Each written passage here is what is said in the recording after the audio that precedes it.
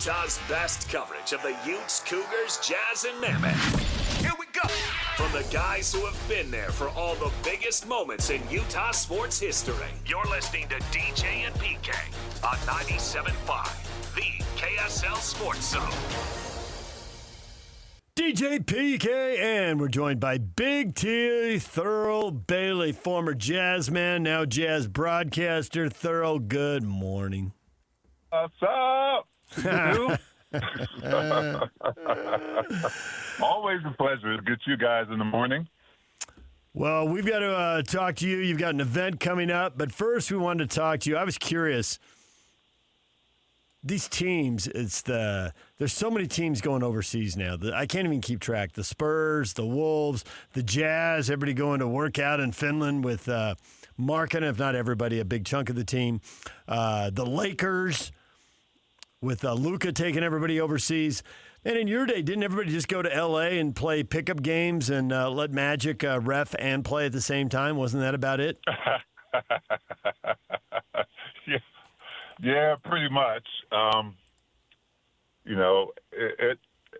love seeing it, though. I love seeing the culture that's being created, for me specifically with the Jazz guys committing. I mean, I think last year was Keyonte getting a group of guys together. And but, back in our day, it was sometimes wherever you could create a good run in the summertime.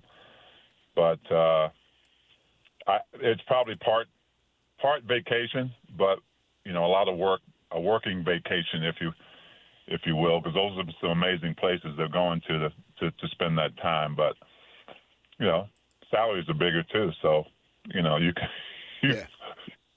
could do that a lot easier. Right, and maybe there wasn't as many foreign players as there are now, or certainly not as many. That's true. Guys who are really good foreign players. Used to be they were kind of bench guys, maybe could shoot, but now, I mean, in a lot of different sports, we're seeing that in the Major League Baseball. These guys who come over from Japan or wherever, I mean, they're stars, obviously. From your perspective, you played 4 years in college and then went into the NBA. You got a couple of young guys, and even Keyonte can be in this category too as far as being young from that perspective. How much better did you get in the summer that you were able to do through those workouts so when you come back and your game is that much more advanced? Well, I still consider myself, even out of college, like a late bloomer. It was an older man's league back then, PK, and you look at the league now, it really is a young league that is developing young players every single year. But the summers, to me, they were probably the most important time for my career. I came in underweight. It was a physical league.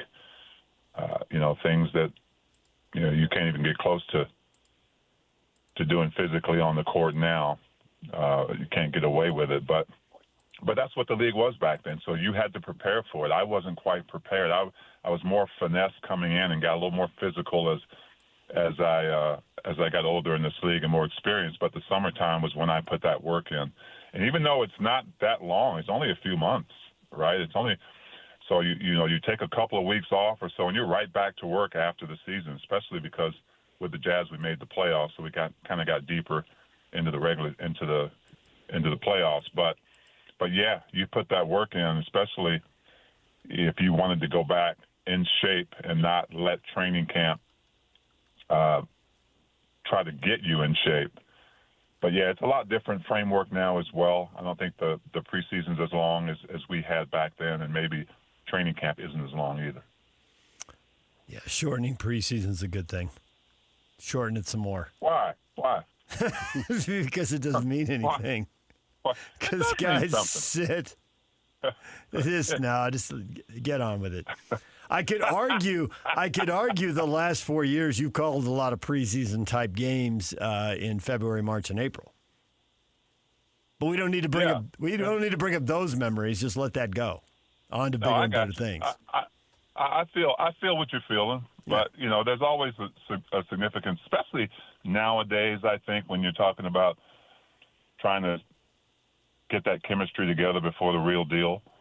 And I don't know. I mean, it's a different approach this year. So I think there's going to be little more meaning in preseason with the Jazz maybe than the past few years because you're still trying to sort out some things. Who's going to win some minutes? Who's going to look good in preseason that will play a lot of minutes? So I think to the players, it does have a little more meaning than to those those radio broadcasters on the outside. Yeah, I would think too. Even these three guys here that did their thing here in the last week or so in Finland, that I don't blow it off. To me, everything is important, and you got to do all this, particularly when there's so much newness on this team with guys trying to figure out how to play with one another. And I would even say, Thurl, into when they get into town here in the next couple weeks and they have informal workouts over at the practice site in September, that the idea is when the games start in October, that's not – I mean, you're going to still find out stuff about everybody, how they mesh together, but why not get a head start 6 weeks before so you have a better chance to hit the ground running more so when we start keeping score and records are kept? Yeah, I mean, that's facts. I think internally there's always a reason and an importance to everything that goes on leading up to, when the fans start coming into the arena, when it all counts. But eventually decisions have to be made on who's going to stay, who's going to stick, who's going to get time, who's going to be that core 6th, 7th, 8th, maybe 9th guy. So yeah, I mean, it all has its importance in the scheme of things. But, players are, the two best, most in-shape players when I played were Carl and John. It was a competition. And if you were a part of that team or wanted to be a part of that team, you knew that those two were going to come in kicking your butt in training camp and in shape. So if you weren't in shape, it stood out, right? Because, you didn't prepare Greg Ostertag. like you were supposed to. So the fact that these guys are getting with each other early, it means a lot. It means, some of your best players, your leaders, are the guys who are going to come in ready to play day one. I know there's a lot of talk about who comes off the bench and who starts. It's important, and that can all be such. I'm really interested in who finishes games because I know they want to play young guys and bring them along, but they need to win now. And so winning means who are the best five tonight, right now, in the last 5 minutes of this game to get the W. Do you have any sense who that can be, or how many of those five are you confident in? How many of those are you like, well, I think I know who the guy's going to be? And how many of the spots are like, yeah, I don't know what they're going to do for that spot. They got to figure it out. It's going to be interesting. Yeah, I really don't know who it's going to be. I mean, I think we can throw out names. We can throw out the Bryce Sensabaugh and, and other guys who will probably play a specific role, whether it's defensively. But I made a career out of that. I made a career out of embracing a role that was a non-starting role, knowing for the most part that I was going to earn what people call starter minutes. But it wasn't important. It wasn't that important to me about starting as much as what you said, DJ, who finishes. And so in today's league, those bench numbers are so important, not just the scoring numbers, but especially the defensive side and guys who can come in and get stops and keep the game, at a high pace and leave it better than you found it when you win the game. So, yeah, I mean, I'm interested, too, to see how that roster kind of shapes out as we get closer. I can look at that roster and say, okay, I think here's a guy like a Bryce Sensabaugh or a Collier, who can come in and help finish games and not just get starters rest. We look at a Jaren Jackson, right? We're excited for him to see what he can do, right? He's got a pedigree. Pop's played in the NBA, and he's been around. He's still a young guy, but he's been around for a number of years. And you look at him, okay, he can score, he can defend, his rebound numbers.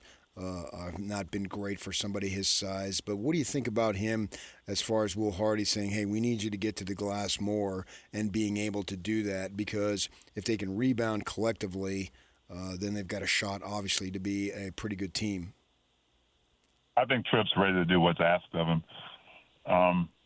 And I think what I noticed early on was that he's looking for a different culture. He's found it. He's found, I think, a place where, he has a great culture on the team around guys that he's enjoying being around, and he's ready to win. He's ready to win. So I think a young man like that who has,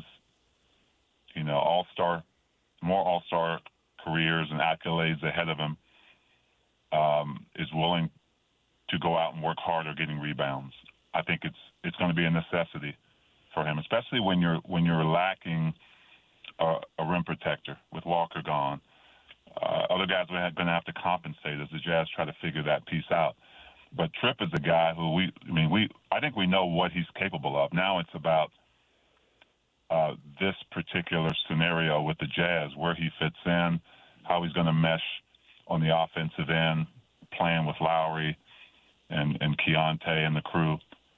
But, yeah, I think he's, first of all, in a really good place where the culture is going to help him go out and bring a lot of those numbers up.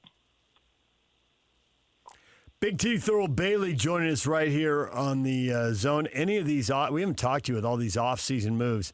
Anything really catch your eye? Anything you think that's absolutely not going to work, or that really has a good chance of working, or that's completely overrated? I don't see how Miami with Giannis is suddenly going to be a power in the East. Well, Giannis is definitely going to help change the game. Obviously, it was time for him. LeBron.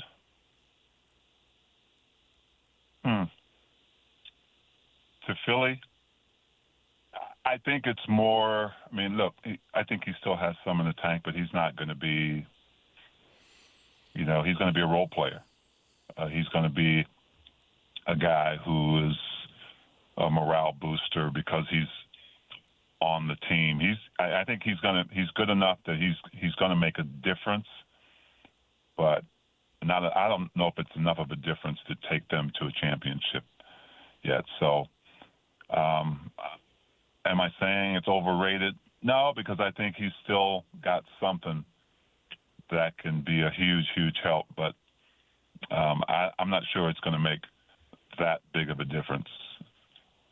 I think Jaylen Brown's probably the biggest.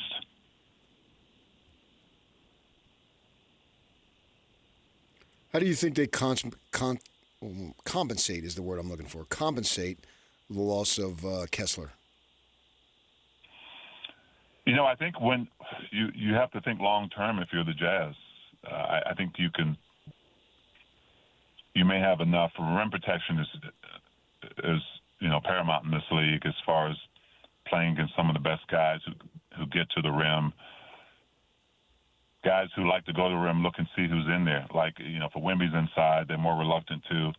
Even Walker Kessler, when he was here, he was starting to become that guy who you had to think about whether you were going to challenge or not because you knew he had the unique ability to protect the rim. So I'm not sure. Those guys are hard to come by, those type of, foundational defensive players who can protect the rim. I think you've got some pieces that can be good collectively. So it's going to have to be by committee for the Jazz, I think. And so it also depends on the matchups, who you're playing that particular night. But yeah, was it a void? Yeah, of course it was. I think, Walker was starting to establish himself as somebody in the league who could be one of the best rim protectors. But, you've got other guys. It's more than about blocking shots, right? It's about on-ball defenders and not letting guys get by you so you don't have to rely on your big. I think Nurk is going to bring a lot with his size on the rebounding side in particular. And he's shown, I think, some flashes that, he could be a better rim protector as well. So yeah, that's something the Jazz would definitely have to figure out in the long term. Not sure there's a quick solution that compensates for the void of Walker Kessler this season. Right. Big T, Thurl Bailey joining us. Big T, you got an event coming up. You've done this before. You clearly like this. You could walk away from this if you wanted. No, I love it, man. I love street ball. You know, I think there was a time when it was kind of starting to fade a little bit, but the younger generation now, they're getting a taste of being able to play outside and you know, and show their skills. And even some of the older guys like us, you know, we want to continue to fulfill those dreams. I've seen you on the basketball court, DJ, and that jump shot of yours. Oh, I'm serious. Oh, I'm kind of serious. I'm not sure if you're still. I retired. I'm not sure if you're still balling or not. I retired. It's over. You did? I'm protecting the Achilles. Yeah, I know what the body says, but the mind says I can still take you.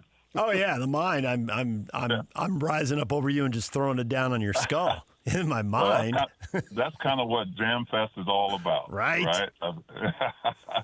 But it's happening this Saturday, man, on the Sandy Promenade, just north of the Southtown Mall, outdoors.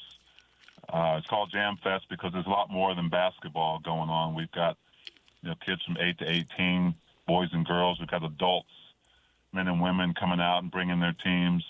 They can go to jamfestutah.com.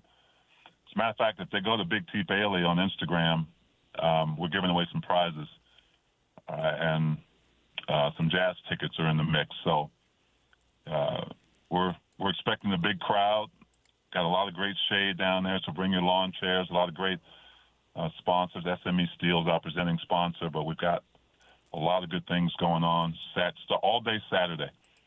So we're excited about it. I can remember several years back playing in some type of event at the Delta Center, and Tony Parks took you baseline, and you weren't having any of it, and you put it in the 10th row. Yeah, well, again, that was I was one trying to teach Tony a lesson. Tony a lesson. Yeah. Respect your elders. I smacked it into the stands and told him to go get it. I wasn't sure if you thought it was actually a player or a fly that was on your knee. Oh man! So yeah, we're gonna have a lot of fun this weekend. We still have opportunity for teams to sign up on Jam Fest Utah. We got contests, 3-point contest, a dunk contest, 1v1 King of the Court. That's a good one for you, PK. I retired earlier than DJ did. I was playing in a some charity game. I can't remember. It was at Slick, and where the summer league used to be in Taylorsville. And Ron Boone was the celebrity coach, and it was when I was doing radio with him. And I missed a free throw. It was flat. And he said, bend your knees. I did, and I made the second free throw. And I came out, and he was still giving it. Booner, why don't you just go out there and show people how it's done? I mean, even if you've lost 80% of your game, your 20% is still 80% more than everybody else. And he's like, damn right it is. Booner, right? You're damn right it is. He said, he got serious. He said, but I was in one of these games, and I saw some 50-year-old guy tear his Achilles, and I thought, when I get to 50, I'm done. And that was in the first quarter. And in the fourth quarter, a guy who, white hair, comb over, had to be 60. And you knew he knew how to play. He just wasn't moving as well. But he's in a 2-3 zone. He goes to close out on a guy in the corner, goes down like he shot. And I lean out to see what happened. Booner leans the other way, looks at me away from the corner because he's sitting between me and the corner. He says, told you. That made such an impression on me. I'm like, oh, I'm not doing that. I've already rehabbed an ACL once when I was in my 20s. I don't need to do that. So it's over. I'll make way for the younger generation. They can have my court and go at it. Good times. Well, it's going to be a lot of fun. We got all age groups out there, and some of these MVPs of the church league are coming out. To want to continue their careers. So we're going to have a lot of fun, man. Okay. I'll be there all day long, and we've got refueling and cooling tents, so there's going to be plenty of water and it should be great weather as well. All right, we'll talk to you, Big T. Give them the website one more time so they can go sign up. JamFestUtah.com. Pretty straightforward. There it is. All right, thanks for coming on, Thurl. We appreciate it. We'll see you down the road. Thank you, too. Big T, Thurl Bailey. We're taking a break. When we come back, everything you missed in this show next. Stay with us.